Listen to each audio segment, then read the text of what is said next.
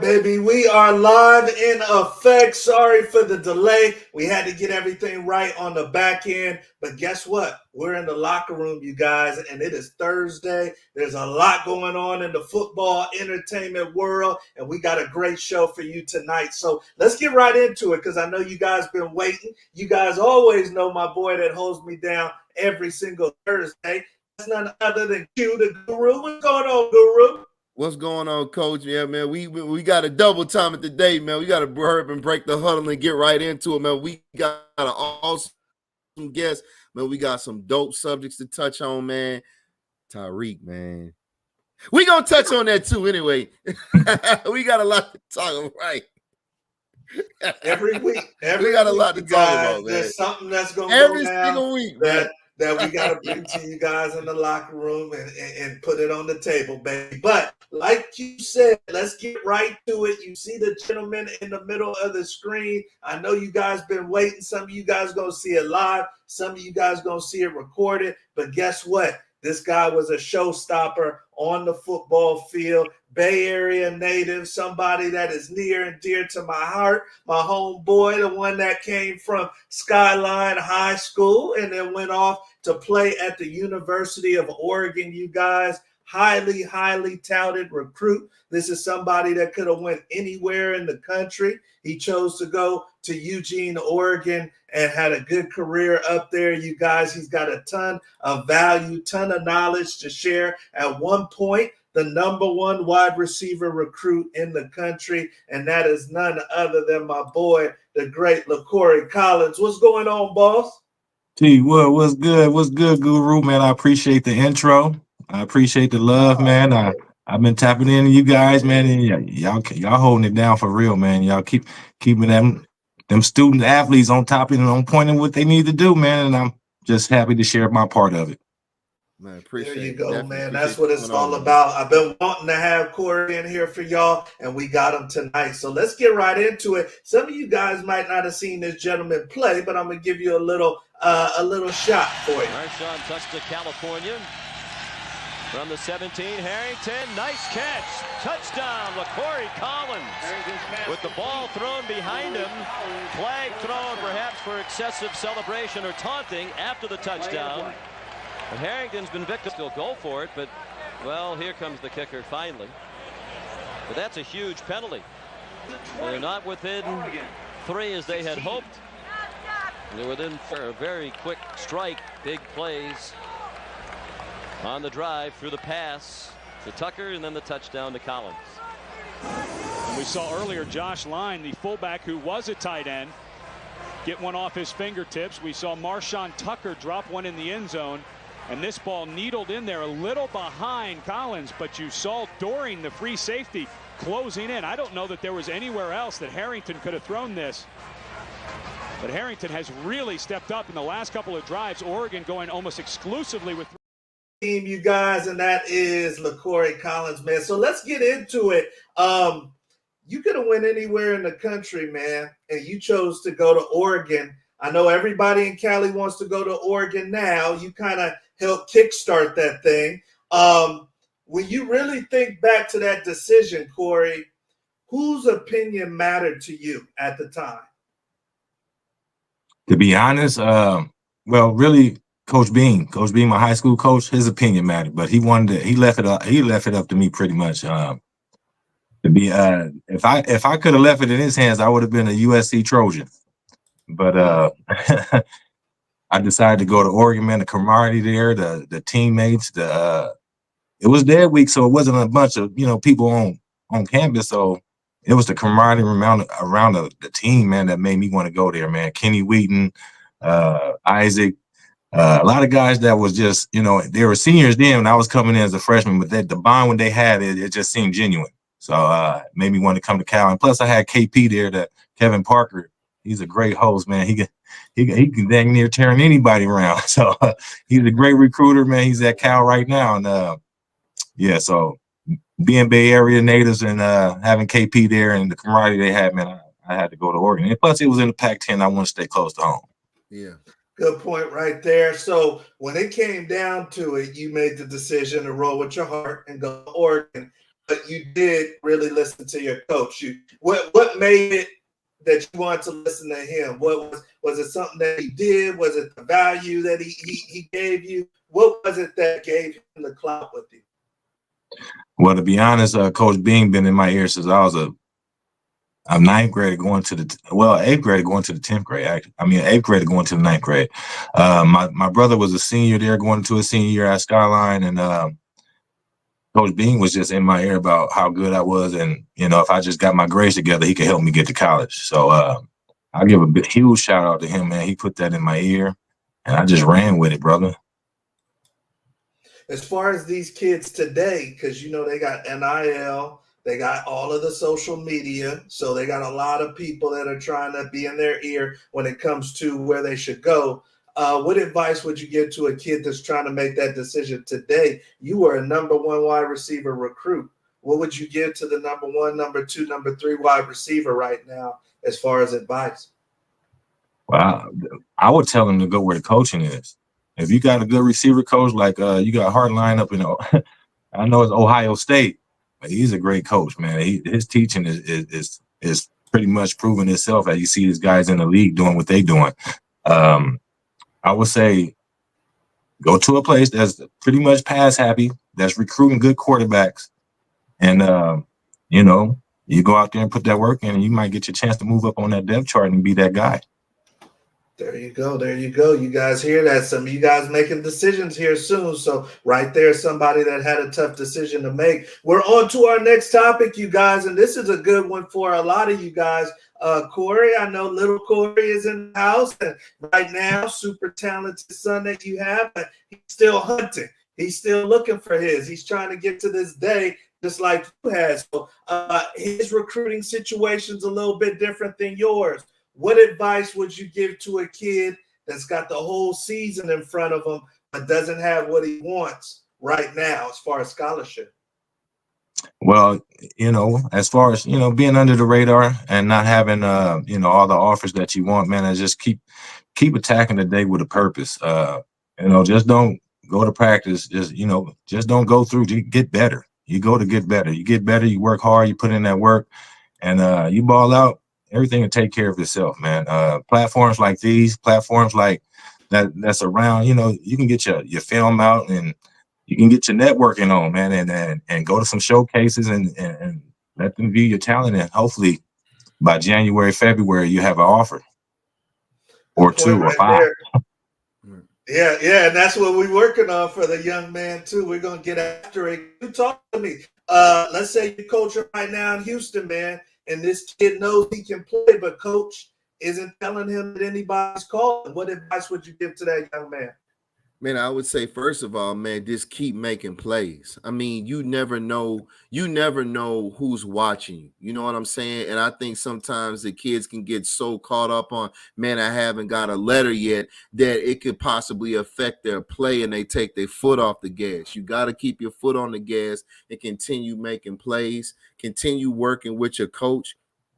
And also too, man, your counselors. A lot of times, man, your counselors, and making sure, man, that you got the proper requirements, because we can't name how many kids that, that it's like no offer. Then all of a sudden you get this burst of offers, but then your classes aren't on point, or your GPA is not on point, and it's like everything you've ever worked for is all in vain. So make sure that everything else is lined up, all your ducks are lined up, and keep making plays, man, and it'll work itself out. Guru got a good point, man. That's straight up what it is, man. Because you got to make sure you hitting the requirements, so you pretty much preparing to be ready, so you don't have to get ready. There you go. You good to go. Your film is good, your grades is good, man. You got your shot, and you better take advantage of it and take flight. Yeah. I love it right there, man. And it made me think, because both of you guys came from public schools that had a lot of guys going in front of you. Was it more seeing the guys in front of you, or was it more the coach that really inspired you to think I could do this too? Man, it was both, man. It was both, you know what I mean? Like we didn't had Terrell Fletcher on, Jason Fletcher, you know, guys. I mean, it's when you guys got schools like, you know, like, man, well, I'm from Hazelwood East, Skyline, Odessa Permian, North Shore, those type of matter day, it's a standard. You know what I'm saying? So that's one thing, you know, going into that program is like, damn, I got all these OGs that are coming back, man, you know, man, going D1, going to the league, you know, a lot of guys. So it's like, man, the bar, a lot of schools like that, the bar is already set, you know, so it's like, it's all, so you have to, you're doing all you can to live up to that. But then also too, when guys come back, you have, you know, they're giving you sauce, man, you asking questions and picking up so much too, on and off the field. For me, it was the same thing, man. It was both. It was both, man. You know, we had the guys that was before me, Will Blackwell's, and you know, we had Harlan Rashad, Jalen Rashad's dad, who was a baller up there at Skyline. He was an outside linebacker, punt returner. Like, man, when they have some dogs up there, I used to watch their film as a kid. I was a fan of Skyline, man. And so it made me want to go there. Then I, you know, ran across Coach Beam, and he had all that game for me, and he encouraged you. He boost that confidence in you. When he know you got the talent, you just gotta work hard in the classroom, and don't be a knucklehead, man. You know, you gotta be a good teammate as well, man. So that's right on point, man. And in today's world right now, man, it's kind of difficult to get these kids motivated sometimes. It is, but I will say, I will add this though. It helps a ton if you do have that awesome head coach, man, that does have that connect. You know, I tell people all the time, I remember like it was yesterday, and man, Rick Gorzinski, our head coach at, you know, Hazelwood East, and I walked in random to ask him a question in between classes, and I remember him being like, hey, like, son, what do you want? Like, you know, messing with me. Well, like, what do you want? Get out of my office. You know, just, and I was like, he was like, well, do you have any idea who I'm on the phone with? You interrupting my conversation. I'm like, no, coach, I just had to ask you a question. And it was Bobby Bowden on the phone. So, you know what I'm saying? And I came in there another time, it was Coach Alvarez on the phone. So it's like, it helps guys like Coach Beam, those type of coaches, those prolific coaches, they do have that type of connect that helps out a ton. So we can't. Yeah. Skyline was putting out like 4 a year, man. 4 or 5 guys a year getting D1 scholarships. Yeah. So yeah, that was huge, man. And for me to see that, and I wanted to be a part of it, bro. I wanted to really grab mine. I wanted to earn my scholarship, and it was a blessing to do it. And shout out to Coach Bean, because he really started the fire, bro. That's big right there, man. Changing lives, and he's still doing it. Still doing it right there. Oh yeah. He's still doing it, man. Yeah, he's one of the originators, man. I think though, man, too, man, and taking nothing away from private schools, but that's the dope part about public schools, because it's like when you come out of programs like that are built, man, I keep saying, off of communities. So all these kids that are doing big things coming out of these schools, the public school, they all from the same community, man. It's like bricks, and it's just one on top of another. And every year kids are going. Every year kids are going. So that's the thing I love about programs like that, man, in public school system. Yeah, man, that's real life. Too, all man. From the same hood. You know what I'm saying? All from the same hood, brother. Yeah. All from the same hood. Hey, but what was crazy when I was in high school was that when we would go away and play teams, we were that poor black school. But when we played in the OAL in our division, we was the rich school on the hill, man. So it's like, man, it was a double standard, man. But we came down on whether you came up that hill, we went down that hill, man. We put in work.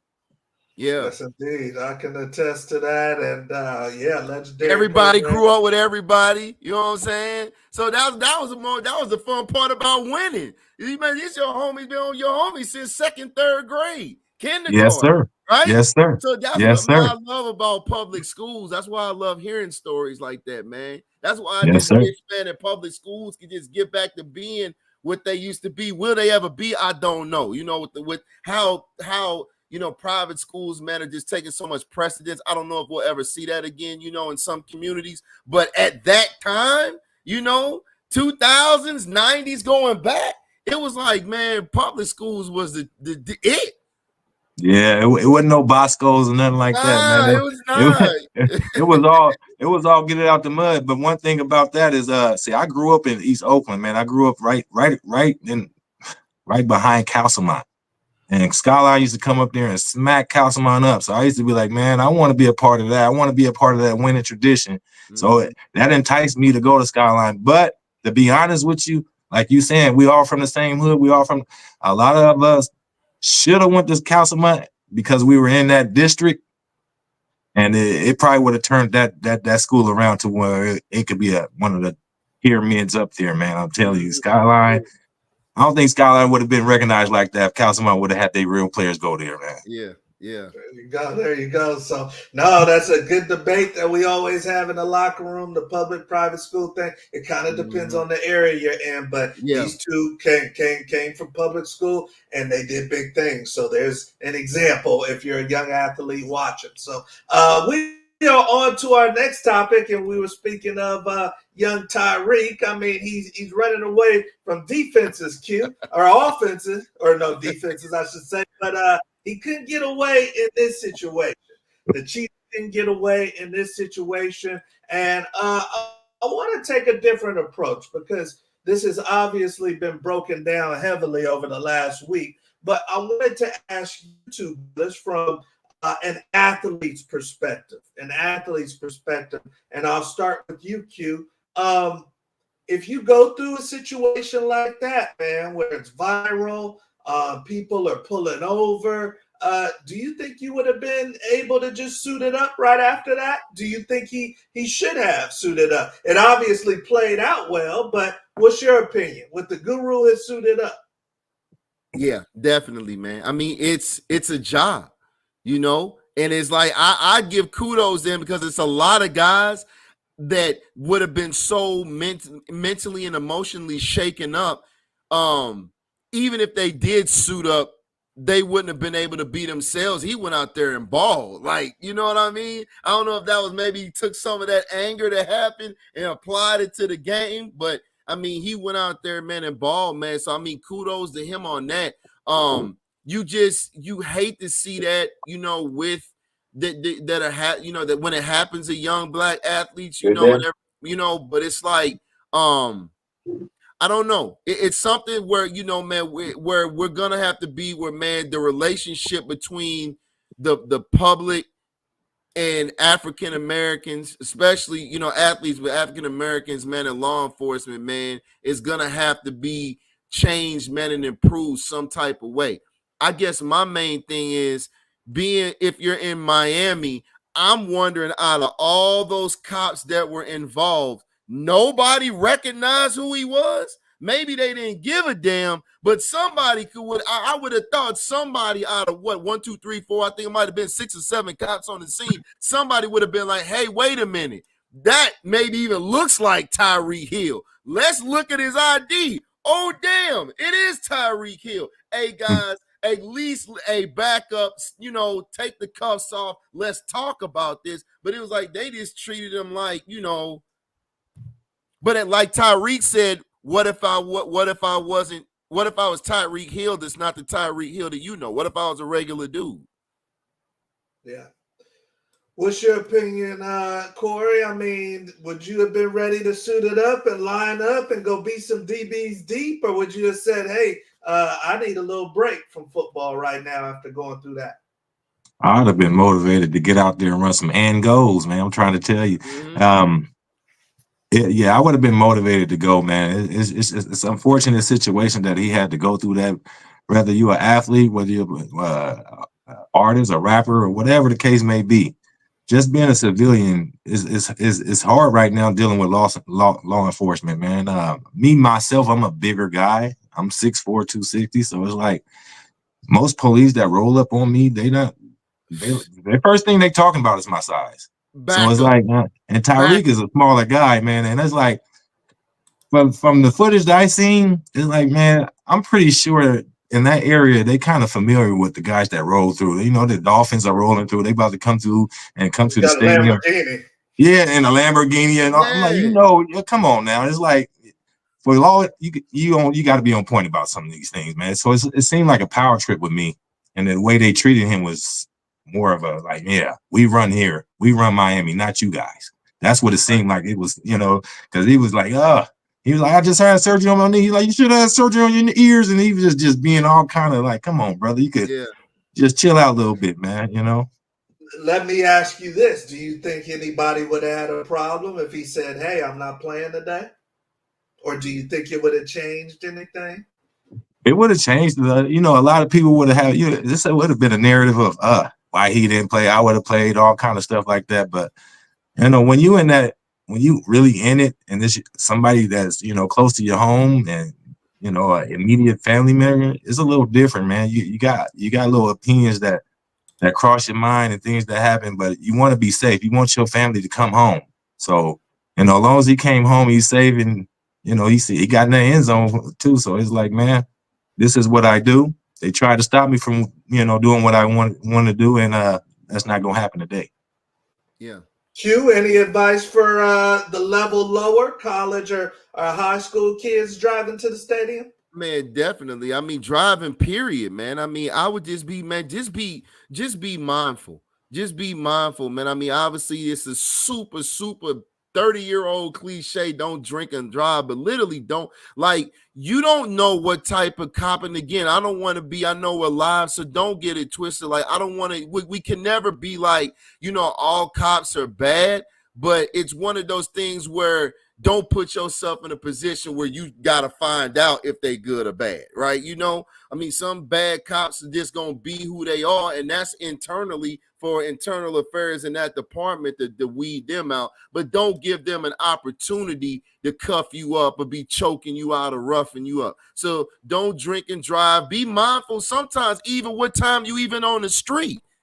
I've seen guys, get pulled over just because of what time it's 2-3 in the morning, haven't had not one drink, no drugs, no weed, no nothing, just literally trying to get home and get pulled over just because they feel like you're suspicious because you even out on the street. So don't be out on the street at that, that time of night. And I hate to say that, man. So it's supposed to be a free country, but we got to keep it all the way raw in the locker room, right? So that is what it is, man. Like, unfortunately, especially African-American males, you have to be extremely mindful when it comes to your surroundings, the choices that you make when you factor in law enforcement. That's just is what it is. It don't matter what city you in, big or small, you have to be mindful. Was he speeding or anything? What was the case? Like, what exactly was the problem? What laws did he break? He was going 20 miles. Right here it says 20 miles over the speed limit in the area right by the stadium. Right, but the issue the main issue why they got mad, because I looked at the entire footage. He didn't roll down the window. He didn't want to roll down the window. Obviously, he had heavy tint on there, but he didn't want to. He had to roll down, and then he rolled it back up again, and they were threatening, we're gonna break the window, blah blah blah. So that's what it was. But again, if you notice what I've been saying before. When Tyreek was cuffed up on the ground, what did he keep screaming? Call Drew, call Drew. I keep telling y'all, a lot of times, man, when you a player and you jammed up, you calling one or two people, your high school coach or you calling your agent. You know what I'm saying? Because those are the guys that you have a relationship with. He wasn't like, call my mama, call anybody like that. You know what I'm saying? You going to call your agent or your high school coach, because those are the two dudes for sure, other than maybe your pops, but depending on the relationship. But your agent and your high school coach, those two guys are going to get a call before anybody. Man, I was saying the same thing, man. Mm-hmm. I was saying the same thing. I had a couple of conversations with some friends, and they was like, man, he's like, call Drew. And the person he told call Drew had Drew number, and it was like, hey, Drew is somebody. He's not just an agent, man. He's somebody they can really count on, brother. Yeah, absolutely. I mean, it has pool in multiple cities. Major pool. So that's what I'm saying. What I'm interested to see. Well, he was either at the game or got to the game quick, because he did an interview from Miami.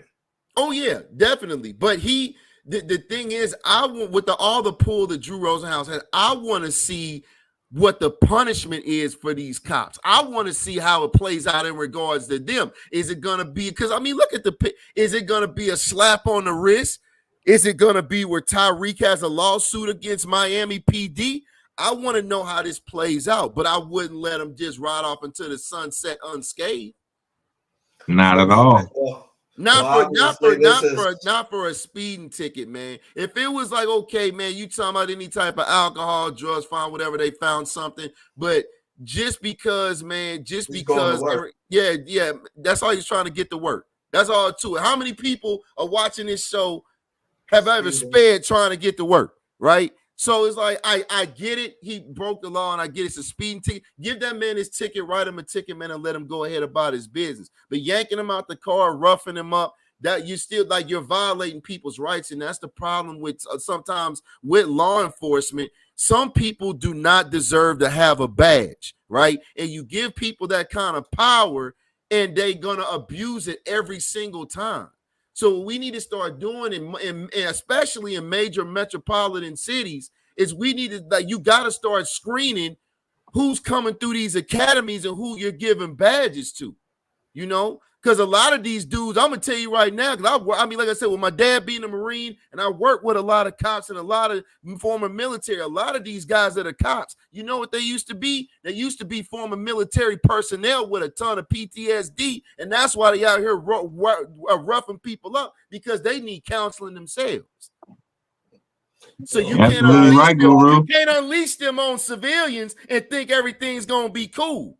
A lot of these dudes was in Iraq and coming back and jacked up mentally. Now you give them a badge stateside, and now you look what happens. Well, it's going to be interesting to see how he moves forward, and obviously, I think there will be a lawsuit. What you doing, T? T, what you doing? You pressing charges? You going all the way? Oh man, it's gonna be the police department with wood on the outside of it. Dude, if I'm Tyreek, you gonna see me, man, at the mayor's house, man, making him barbecue for me in his pool, and making him and his wife barbecue for me for the next 6 months.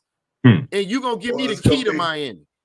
It's gonna be interesting to see how it plays out. But you know, the main thing, like I said, is, you know, Tyreek has had run-ins with the law, and maybe it was easier for him. Maybe it's easier for some to just go out there and ball right after. But what if he would have dropped the game-winning touchdown? You know, maybe what if he was a player that had never been through nothing like that and said, I can't even play. I might need a couple weeks off. My daughter's seen that, you know.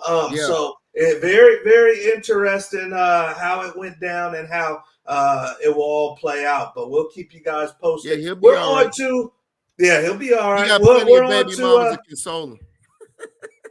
You say he could get a back massage from somewhere. Yeah. One look, as many as he got. T, look, one got one foot, one got the other foot, one got each shoulder blade, one got his back. Hey, he probably already been there, man. He'll be okay. It's gonna be all right, Cheetah. But on to our next topic, you guys, and this one is talking about close to home for some of you college kids. Some of you guys want to play major D1 ball, like Guru, like Corey, but there's some things that come with that, especially now with NIL money and also with all the betting. So Cal just beat Auburn. It was unexpected, and now the Auburn quarterback is saying, Guru, that people hit him up on Venmo saying, you owe me some money. You owe me some money. So let me throw this at you guys, and I'll start with you, Corey, because you've been in some big games. We just saw the Wisconsin catch. Is it up to the gaming industry, the gambling industry? Is it up to the schools, or is it up to the athletes to protect themselves when bettors want to get crazy? I believe it's up to the gambling site and the school. I mean, they young kids, man. They out there playing the game they grew up playing probably since they was 5 years old. And for them, I mean, you had this all, before, but now you have social media and cell phones to where they're able to access these athletes and really get in their head and access some of their vulnerable moments, man. It's kind of unfair to them, because some things you kind of really want private, or to where I don't need to hear that or see that type of thing. But man, we living in a world to, like, we just seen Uncle Shay Shay get hacked apparently. So it happens, man. This cyber world right now, man. if you're not doing cybersecurity, you don't know exactly what can happen with these things. Then people reaching you through your cell phone or even through Venmo or Cash App now, man, or Thanks. just a regular text message. You might hit him up on Discord, and he might be playing his video game, and somebody saying some crazy stuff to him. So it's out there. Thanks. Yeah, talk to me, Guru. I mean, you know, your kid is just trying to play on Saturday, and you know, now you got people, grown men, saying where my money at. Is that on the gaming industry? Is that on the school? Or is that on the kid? I mean, it's not on the game. It's not. I mean, it's on the gaming industry, man. But I mean, it's always gonna be sports betting, man. I mean, that's his man. I mean, that's totally violating the kid, man. Just reaching out to him. Man, doing Venmo requests. I mean, that's the thing. That's the name of the game. If you're a bettor, you know good and well. If you're a gambler, if you lose, you lose. That's what it is. Don't gamble money you're not willing to lose, right? But it's always been that way. It's been where people gamble on. People out here are gambling on little Pop Warner games, in communities. So it doesn't matter the level. It's always, as long as there's sports, there's gonna be sports bet, right? You got to think about it. Vegas can shut down every hotel on the strip and live off of sports betting and still make it and be just fine. As far as revenue for a state, they'd be just fine because it's that much money flowing around, whether it's UFC, boxing, college pro football, hockey. You pick the sport. So you're saying it's par for the course. If you sign up to play the game, that this is what may come with it. This what may come with it. At this day and age, for sure. Okay. All right, you guys. So some of you young athletes that are watching this, be prepared. Be prepared, because this is a real thing where people are mad that they lost money that they had on you. So you guys keep that in mind. Do not take it personal. If you need help to get rid of somebody, get the help you need to get rid of somebody. But very interesting times we're in. We're on to the next topic, you guys, and we're breezing through this locker room show every single Thursday, bringing you the sauce with people who have done it, not armchair quarterbacks, not people who think they know football. This gentleman has played for the University of Oregon. He's played in big-time games, made big-time plays, and been recruited at a high level. So ton of value for you guys. This is right up your alley right here, Corey, because you're a former Pac-12 representative, and I know everybody dispersed. Your school went to the Big Ten, but Pac-12 says we're not dead. We're not dead. I know they're only talking Power 4 right now, but we want to get back to Power 5. So Washington State and Oregon State, Guru, said, let us grab a couple of these Mountain West Conference schools. So I want to ask you, Guru, Pac-12 trying to revive itself a little bit. Do we ever see the conference get back to having a national champion? I don't know. I mean, I just like the fact that these schools are trying to breathe some life, man, back into that particular conference. That the fact that the Pac-12 folded, man, that was an absolute travesty. T, I know we were talking about that a lot, man, and I don't, whoever, whoever was, over the downfall of that particular conference, man, needs to just banish themselves from the United States of America, because that was just absolutely sad, man, and it really affected college football in a major way. I'm just kind of curious, with these schools coming in, who else can you add to the puzzle? Can you add maybe UNLV, Utah State, possibly Wyoming? What other solid D1 schools can you add to the mix, to fill out, a few more spots in this conference and actually make it competitive? If they can get to 8, Corey, they can have an automatic bid for the playoffs. Do you think you ever see them get to the status of these conferences, the Pac-12? I don't, man. It's hard to say because I'm Pac-10, Pac-12 biased, but I want them to. But bro, with them other, It's who do you? I'm gonna just keep it. I'm gonna keep it 100 in the locker room. I'm gonna keep it raw. I don't think so. Yeah. I guess Corey and Coach, who do you add? Because that's the only body I could think regionally is maybe Utah State, Wyoming, UNLV. You're gonna have to steal maybe San Jose State. You're gonna have to steal somebody. Hawaii. You're gonna have to steal something from. You got to steal a big dog though. Attractive. I don't know how you make it attractive. You got to steal somebody from one of these conferences. Yeah, you got to go steal one of them big dogs, man. Yeah, but that's can you steal from the ACC and create a East Coast, Southeast, West Coast Pac-12? Yeah, but I mean, it's possible, but the thing is, I mean, it's going to go back to how much money you can offer and how much coverage can you provide. That's the basis of the SEC and Big Ten. With the Big 12 coming in behind them, with a deal with, they've always had with Fox. But it's like that. It's how much money can you offer? So for you to be able to Eastern Washington, but I don't think that moves the needle. Nah, that doesn't move the needle at all. I'd rather have Wyoming. I mean, they took all the California teams out, so. Yeah, that's a big. That's where it's just like it's pretty much cutting off somebody's water, bro. It's like you took all the Cali teams, brother. Yeah, it's the TV market and everything. Yeah, well, with the exception of Fresno, San Diego. Yeah, with the exception, Fresno State, and San Jose State. Yeah, it's just not powerful enough. They're going to steal somebody from the other conference, but maybe they're not. But I was about to say I was just about to say with you making that comment, but if you do steal somebody and you come with a major bag, but these other schools are going to expect the equivalent. So that's what I'm saying. How much money do you have? Who would you steal? What would you think? Like two teams? That's a good question. Like who would you steal? You would have to go. I think that you pick apart the ACC first, and then you get Stanford, Cal back. You get maybe North Carolina. So you start picking at the ACC because people are already complaining about the ACC. And then you're not going to get the top tier ACC teams because Florida State ain't coming. But you can get some of the other ones maybe. And then you can start getting back some of your old teams. It's got to be a long-term vision where it's like we're going to start picking at some of these schools and eventually we're going to get SC and UCLA back.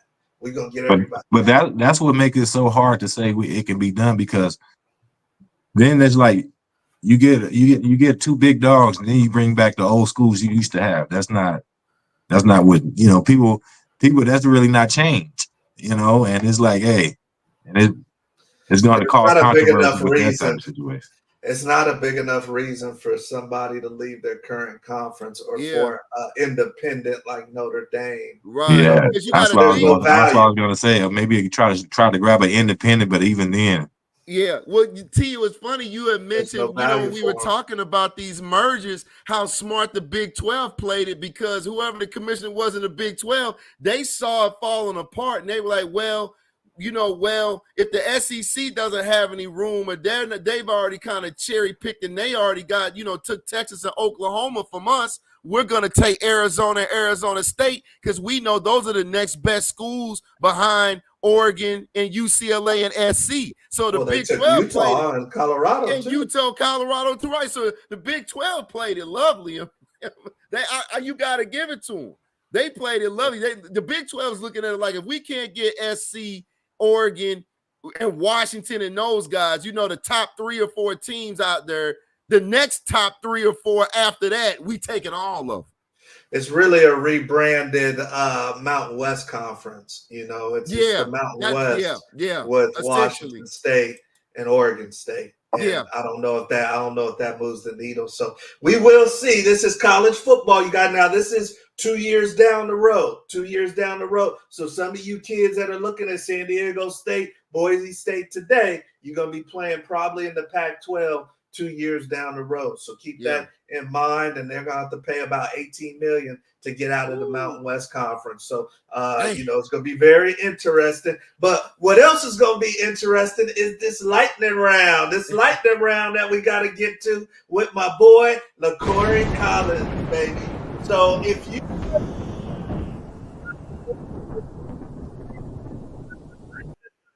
is where we put our guests, you guys, do a little word association. And obviously, since I know this gentleman personally, I got a good list ready for him too. So you ready to go, brother? You got 60 seconds. All right, let's rock.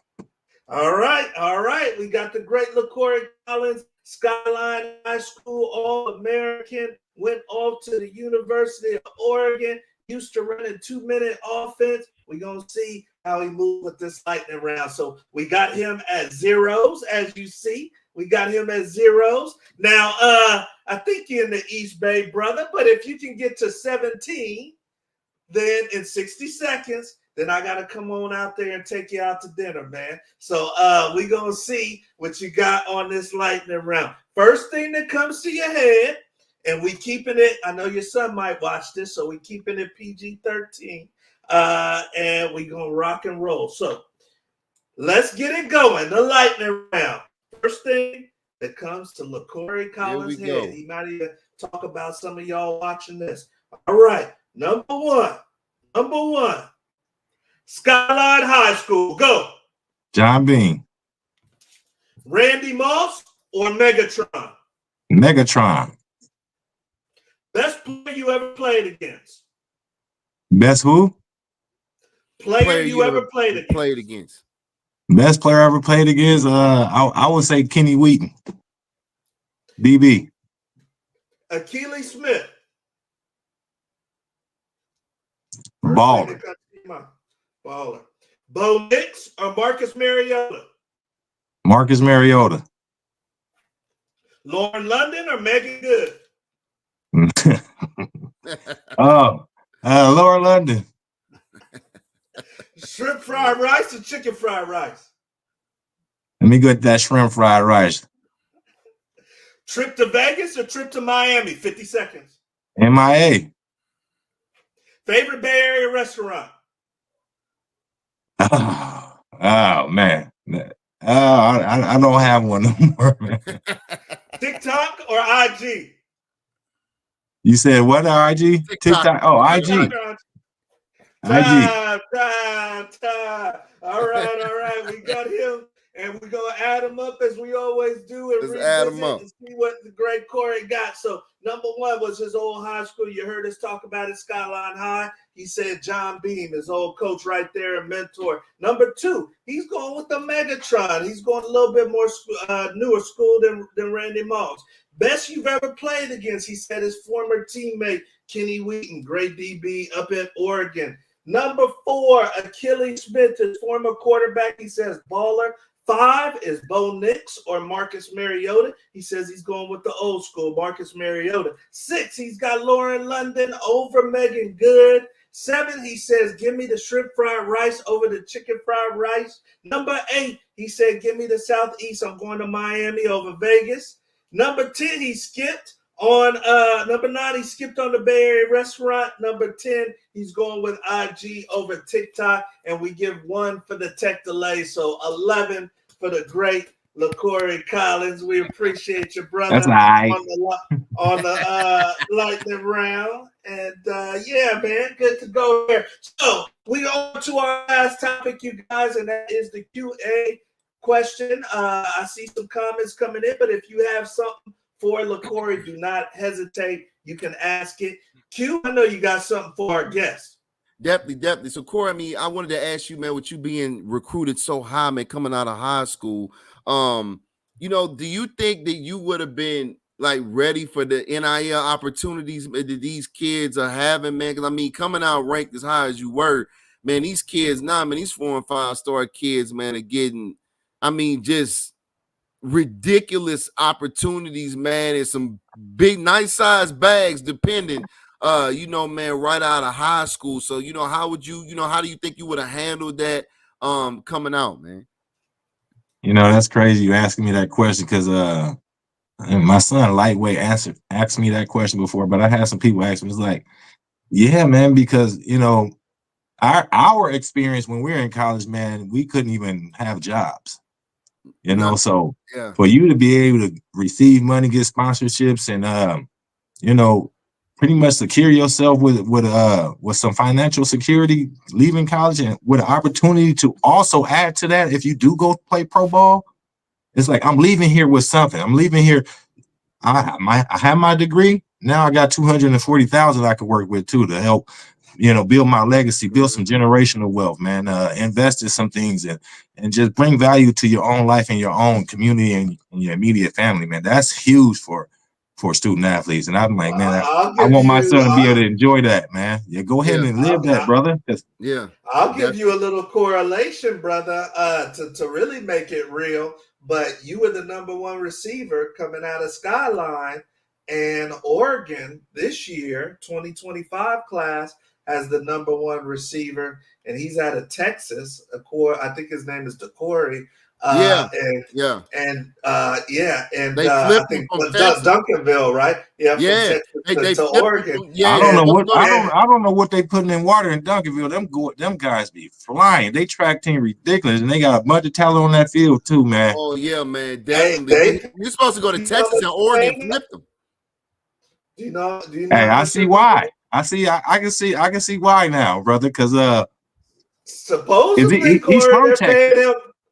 He's from Texas, right? Yeah. He probably wanted to jump ship and change the scenery and be like, I'm gonna go to Oregon and rock them unis and get paid. Yeah. While winning. Supposedly they're paying him $1.2 million a year. You serious? Hey, like I said, secure that bag, man.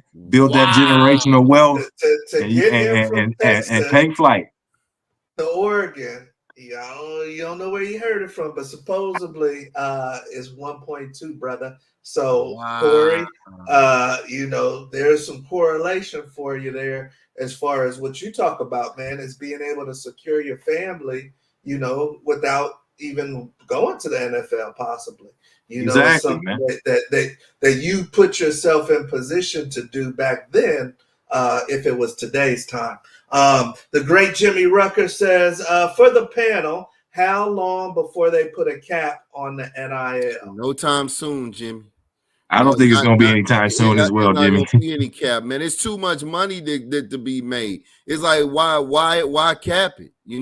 So I don't see it. I mean, I don't know if it'll be ever. I don't want to say never, but it's not going to be anytime soon, if ever. Well, NIL's tricky because they have kind of capped what the schools can give, just flat out give. The schools, but as far as what a kid can make, that's relative to what the market will pay. I mean, because now Pandora's box has been open where if you cap a kid, he can sue you for saying you're capping my market value. Because they don't cap anybody's NIL in any other profession. Pat Mahomes can do as many deals as he wants. So why can't I? So Jimmy, I don't think they're gonna cap it anytime soon, brother. So and many of these kids need to take an entrepreneurial route and mindset anyway. So I know you got a young one coming up, Jimmy. You need to be thinking business on the field and off the field. But it's just a trip, and I'm glad you asked that, Q, because Corey, I mean, literally with what you did in high school, if it was just 24 years later, you would be a millionaire already. Yeah, I'm about to say, you set, what I'm saying, man. Show me the money. You got to Eugene, so yeah, man, it's crazy. But I would have to get my Jerry Maguire on, brother. Oh, definitely. But the thing is, man, it just kind of makes you think back, man, in our era to how lousy the NCAA was with student athletes and how we were restricted to where we couldn't make a dime. If we took a dollar from anybody, you talking about taking our scholarship, like that was ridiculous and sad, man. So how much the NCAA made off of just one student athlete? Millions. They made so much money off of one student athlete, bro. I think they probably like capped off a 4-year career for a student athlete. They probably make dang near $2 million off that one athlete. Yep, a lot of money, man. So you guys, that's why we had the locker room show, baby. Because This is an industry. Some of you family people and some of you parents out there, you thinking it's still just backyard football. This is a $1 billion industry, and there's money for you if you know what you're doing. So, but there is one more thing though. There is one more thing with the NIL. Yeah. What's that? I didn't heard a story where it's an athlete. He played receiver, and that NIL didn't hit his bank account, so he didn't want to play that week. So you're gonna have that happen too. Like, it's like, hey, I'm checking that account on Thursday. On Thursday, if I ain't get that deposit, coach, and my ankle. Boys holding out. You're gonna have to deal with some stuff like that, man, which is unfortunate, but it's just part of the game now. It is. There you go. So, hey, whoever has the leverage is the one that people got to answer to, I guess. So, LaCorey Collins, y'all, obviously you see why we wanted to bring him in here on the Locker Room Show, because he kept it real. He kept it 100, and we love him for it. So we appreciate you, brother. Appreciate you guys, man. Guru, appreciate you, man. T Wood, you already know what it is, brother. Good seeing you. Good talking to you, man. And I'll be tuned in for some more. Appreciate you, big dog. Let's go. All right, you guys. So that is the great LaCorey Collins. Once again, Q, absolute dog, man. I heard about this cat every Friday in the Bay Area, and he could have went anywhere, man. Cal was hot on his heels. I'm surprised he didn't mention any undercover money, but Oregon got him, dude. And it's just a trip to see where things are today, man, for somebody that's that level of a recruit. Oh, man, yeah, dude.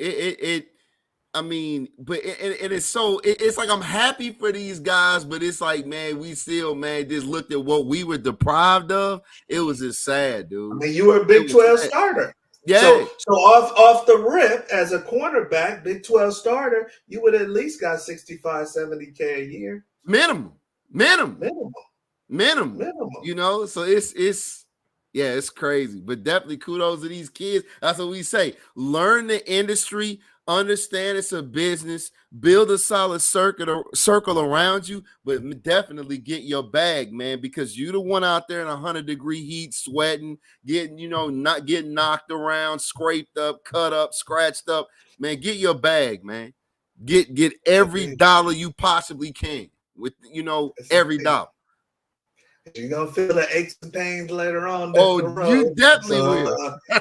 Maybe you have a house and a nice hammock to lay back in. So that is it for tonight's Locker Room Show. I know you guys got football on the TV, on the streaming. So go back to the games. Make sure you come back next Thursday. We got another great guest from the football industry that's going to serve you guys. That's Guru. I'm Coach Wood.